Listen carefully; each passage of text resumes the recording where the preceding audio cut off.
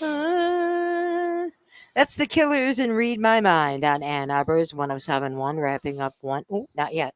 That we're taking you through 107 minutes of tunes brought to you by Bank of Ann Arbor with Garbage and Joe P. Before that with his latest Don't Wanna Love You. Kelly Brown along with you, rocking for the hungry. Scott Roubeck is the community kitchen manager at Food Gatherers. We're not sure if we've been together for 13, 14, or 15 years, It's but been it's a one long of while. those. It's one of those. Yes, and it's always good to see you and always good to be here. And we Yeah. thank you all for all the hard work you do on behalf of our organization. You know, they always pair us up on purpose. Well, I asked for you. I want to be with you. It's a tradition. I want to be with you. What's going on down at the kitchen? Oh my God, it's a very busy time. Winter is here, so warming centers are open, and we are Yeah. providing meals in-house to many more people than we do during warmer weather. And also in the next week or so, some off-sites are going to come online, and we're going to be providing meals for them as well. So it's a busy time. We're feeding more people than ever, and we're just committed to being there every day and supporting the community. And it's just a wonderful place to be. And I'm very fortunate because I started volunteering about 17 years ago and joined the staff a year later. And it is just such a privilege to be part of this community, to give back to this community as part of my work. And it's just an amazing place. And I'm surrounded by amazing colleagues and incredible volunteers. And the work we do is just so important and so needed right now, more so than ever. Um, we are feeding more people than we ever have before. And also, we're dealing with purchasing more, and inflation is super high, so we're working very hard to make sure we maximize everything we serve.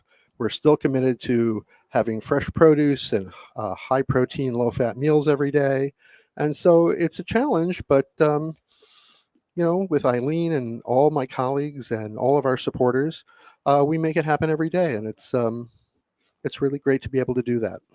Well, as I always do, I think the process starting early in the morning is so interesting, and I want to go through that. But we have to announce the new total, which is 201,000 meals. That's pretty great. We're off to a good start. We got a long way to go, but 201,000 meals. that's wonderful. So we have to move. It's the carrot that we're moving up, right? It's the carrot that we're moving up. So we're going to have to move it up a little bit more. As of day 2 of doing this, freezing for a reason, 201,128 actually. So there we are. Now back to you. All right. Okay, I think it's so interesting what the process is starting early in the morning. And you have a truck drop off food early in the morning and you don't know what they're dropping off. Well, these days it comes in the afternoon. Okay. We always send in a wish list, what we're hoping for, and people look throughout the warehouse to see what's available. And the truck shows up. We unpack everything. We see what we have. We coordinate with the number of volunteers that we have on any given day and assess their skill level. Sometimes I'll look at a list and it will be 9 volunteers that have all been coming for 10 or more years. And other days there'll be 3, 4, 5 people that have never been there before. Oh, wow. And so you have to kind of adjust all that. And the shifts are in 2 and 2.5 hour increments. So there's not a lot of wiggle room. So you've got to have an action plan and you've got to have many backup plans. And with our volunteers, we just get it done and we do some pretty wonderful work. I think a lot of people think because it's a community kitchen that it's just, things like soup and sandwiches, but we prepare fresh meals 12 times a week with multiple choices. So as people come through the line, they're welcome to select what they want. And we offer a fairly large variety. And it's just something that we have gotten used to. It's very Iron Chef, but after all these years, it just seems almost the same as if we were dealing with a solid everyday plan. So Right. we're very good at adapting. And, I work with Amy and Chris in the kitchen, and they are just tremendous. Chris actually has a culinary background, which is something that neither Amy and I have, although I'm a passionate cook. So we are just growing and making things work at such a difficult time. And we just couldn't do it without the support of the community. And thanks to your help, we're reaching a lot of people.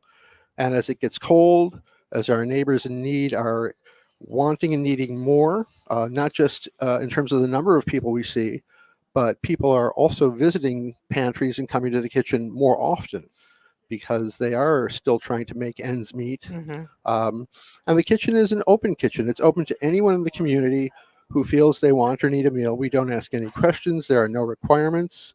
Um, Lunch is served Monday through Friday from noon to 1, and dinner 5:30 to 6:30.